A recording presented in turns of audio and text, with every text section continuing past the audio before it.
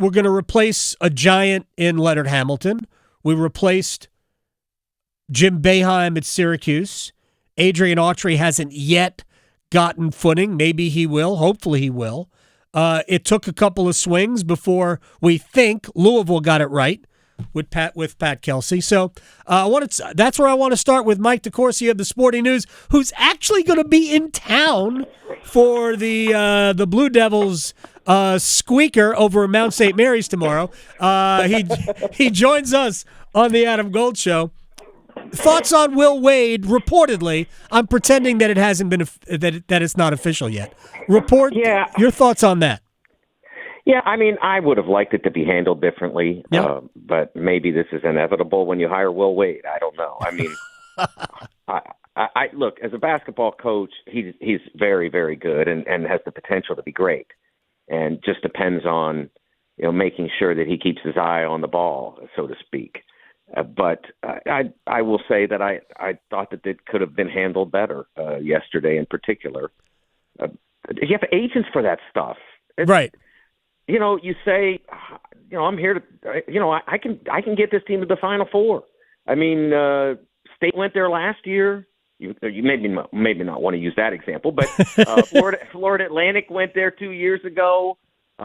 St. Peter's was in the Elite Eight, so I'm here to try to get McNeese as far as I can get them, and we'll worry about the future when the future arrives and move on. That's how you do it, and that's not how it was done. So, I mean, it's that chapter of this is going to be faded by the time he starts coaching the Wolfpack, but one hopes for the Pack's sake. I mean, NC State's been a wonderful program over the years, and I'd love to see it be that program again on a regular basis. But in order for that to happen, I think I think that you have to handle things certain ways, and not just this particular situation, but other things that are going to develop over time. There are small problems and big crises in almost every program at various points, and how do you navigate all of that? Mike DeCourcy of the Sporting News is joining us here. I look, in a common sense level, I think it's awful that this happens the night before, where it all comes out, where now it's confirmed by multiple sources, and Will himself, I don't think, is saying, no, this hasn't happened yet. So I believe he basically, answered yes to a question about NC State at yesterday's press conference. But they play today. That can't be good for the current players at McNeese, and I'm not worried that that's going to happen to NC State if he at some point, takes a bigger job. Hopefully, there won't be a bigger college job than NC State if he turns NC State into, one of like a top 25 program. Which, I mean, anything. We see what Auburn is. There's no reason why NC State and Auburn couldn't be on the same general level.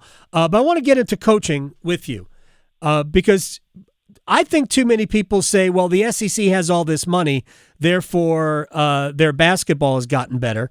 I would argue that it's really the fact that their coaching has gotten better that has led to the basketball getting better.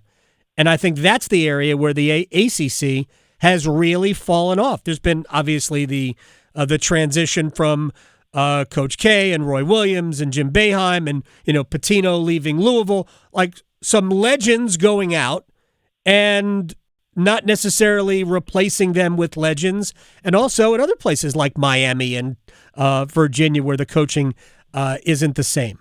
What do you think the biggest issue has been for the ACC? Because I think the ACC got what they deserved, sort of, this year in terms of just 4 teams in. What do you think the biggest issue has been for the league?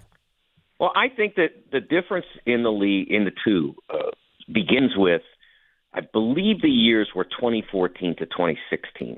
It was some point in the previous decade. I believe that was the period of time that the SEC got a combined 8 at-large bids, 11 total bids in 3 seasons. Right. And their response to that was, why aren't we good? How do we get better? And when the ACC went through its most recent years, the response generally has been, you don't recognize how good we are. That's the fundamental difference, and that's what happened. Because we've all seen how the responses went when this team didn't get in or that team didn't get in, and then of course you had the Carolina State run to the Final Four. See how good we are, and then finally we come back this year for pre-conference, and they get obliterated, and they can't say it anymore. Right. Even if the Tarheels make the Final Four this year, you just don't have any foundation to make that argument. So how do you get better? One, schedule better. Look at Carolina. All I hear about is how they played such a hard schedule, and they should have been in the tournament anyway. And my response to that is, you chose to play that schedule. Maybe be a little bit more judicious about how you schedule with the team that you have. Did you bring back a team that you knew was going to be top 5 like Auburn and Alabama did when they went out and played everybody short of the Lakers? Not really. I mean, you had one settled position coming into this season. You had R.J. Davis, and you had a lot of guys who were trying to figure out, and you're the ones that chose to play that schedule, and then you basically go 0 and whatever. You 1 and whatever against it. So be smart about it. The SEC has a couple of computer geniuses that they use, math geniuses, whatever. It's some kind of consulting company that they use that helps them figure out. And their schedule was genius.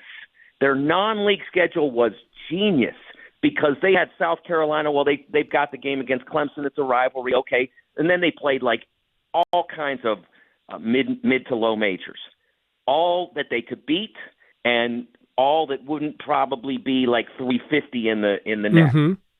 And then up at the top, you had Alabama and Auburn playing everybody, absolutely everybody they could get on a floor with. And Auburn obliterated all the teams that they played, and Alabama beat most of them. They took some L's along the way.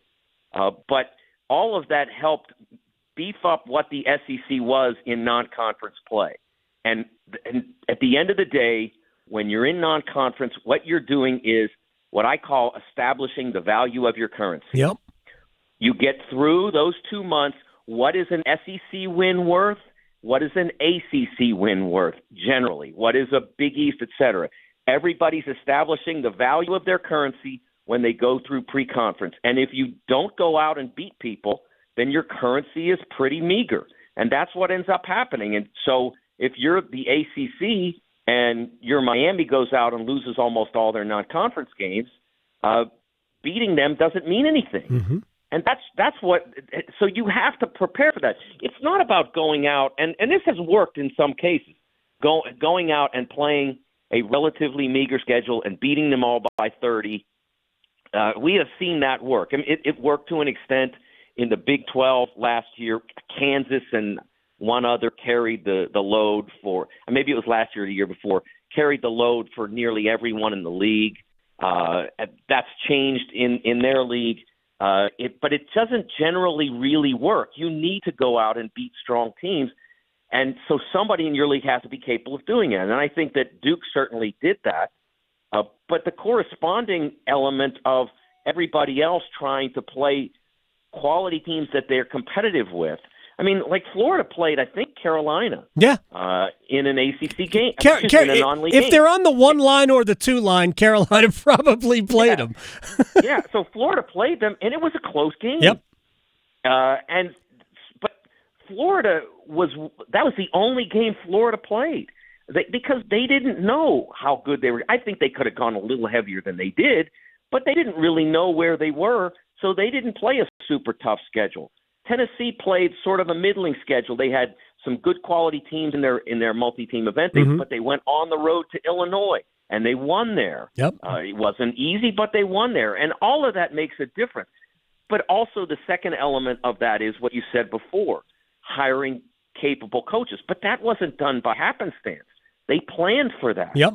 They consulted with the league. They made sure that the people that they brought in were going to work out, like Rick Barnes and Bruce Pearl. They didn't take chances on coaches that maybe could make it work. They brought in guys who had had proven that they would be successful. I mean, what's a minimum Rick Barnes was going to do? I don't know that he necessarily was going to do this, but the minimum he was going to do at a place like Tennessee was go out and win 24 games most years. No question. And they were the ones that's smart enough to go ahead and hire him. All right, let me get to two quick things. We have about 3 or so minutes left with Mike DeCourcy of the Sporting News, who, again, will be here tomorrow.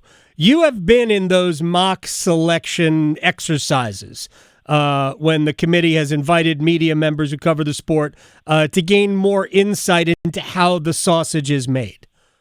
In those mock selections, what are the things that jump out to you as being most important?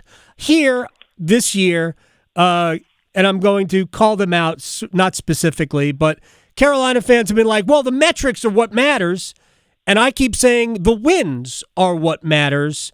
So I have not been in that selection room, but what are the metrics? What are the things that matter to the committee? Well, first of all, remember that all of us who did that, and I did it 4 times, and they brought in a lot of different people. The last one I'm aware of happening was 2016. They may have continued a little after that. It has not happened in a while. Okay, but but it was a really valuable process to go through. However, what they were using at the time, we were still in the RPI. That's right. We weren't using net. Yes, exactly. But I will tell you this: I finished 12th out of 250 some brackets, I think. Oh, this year? This year. Good for you. And using almost exclusively, especially to select the teams, but also to a large extent to seed the teams, using almost exclusively results metrics. I mean, there were occasional looks at the predictive metrics. But if you look at the field, teams that had high-end results metrics and poor predictive metrics, like Memphis and Oregon. I mean, Memphis's predictive metrics were a train wreck. They were like 50th in the country. Oregon was around 35th or 36th, something like that. 50th in the country is not in the field. 36th is a 9 seed, and they both got 5s. So predictive metrics played almost no role in what they constructed. And yet that's what is being used to defend the inclusion of North Carolina. It's the only thing that on their resume that says maybe NCAA tournament or probably NCAA tournament. It's the only thing. So that's why so many in the bracket community, if that's what you're going to call us, were flabbergasted because it doesn't add up to anything else on the field. The 2 things that completely are outliers relative to the field are the Carolina Tarheels being in the field and Louisville being an 8 seed. And what's fascinating about that is they contradict one another because Louisville had the metrics to have a 5 or 6 seed, and they're an 8. There were tons of contradictions in the whole thing, which the entire exercise. I really wish, and I'm gonna ask you for a 30-second response, but just real quick. I just wish Bubba Cunningham and the guy with him, and I forget his name, and that's terrible on my part. I wish they would have just said eye test in the answer to why North Carolina's in, because they were laying waste to the competition, regardless of what level that competition was at the end. They were laying waste to it. They were winning these games by 20 easily. If they had just said eye test, it works for football. Why wouldn't it work for basketball? But now let me just ask you this question before I have to let Mike DeCourcy go. You're here to watch Duke. So I assume you're here to watch Duke. Tell me what you think of the Blue Devils and where you think their road ultimately ends. Well, I think their road will end with another banner. That's my expectation at this point. And I'll try to go through it this as quickly as possible. But every NCAA champion since 1988 has had a first-round pick in its rotation. Every single one, no exceptions, since 88. Very few teams at the top end of this field have an apparent or obvious first-round pick. Michigan State, Maryland, Florida has an apparent one. Duke has 3 obvious, and one I think will be. A lot of the high-end teams don't have those players. Right. And most of those players who are in this tournament are more around the 7 to 9 range. Illinois, Oklahoma, Texas, which is gone now, which was in 11. So what's going to happen is either Duke or Michigan State or Florida's going to win this. One of those three, or maybe Maryland if they can get through Florida. One of them's going to win it, or we're going to have a complete paradigm shift. Those are the only options because I don't think anybody's coming from the 9 seed to win this. You got it. Mike DeCourcy of the Sporting News at TSN Mike on Twitter. My friend, I'll talk to you very soon. Thank you. Thanks, Adam.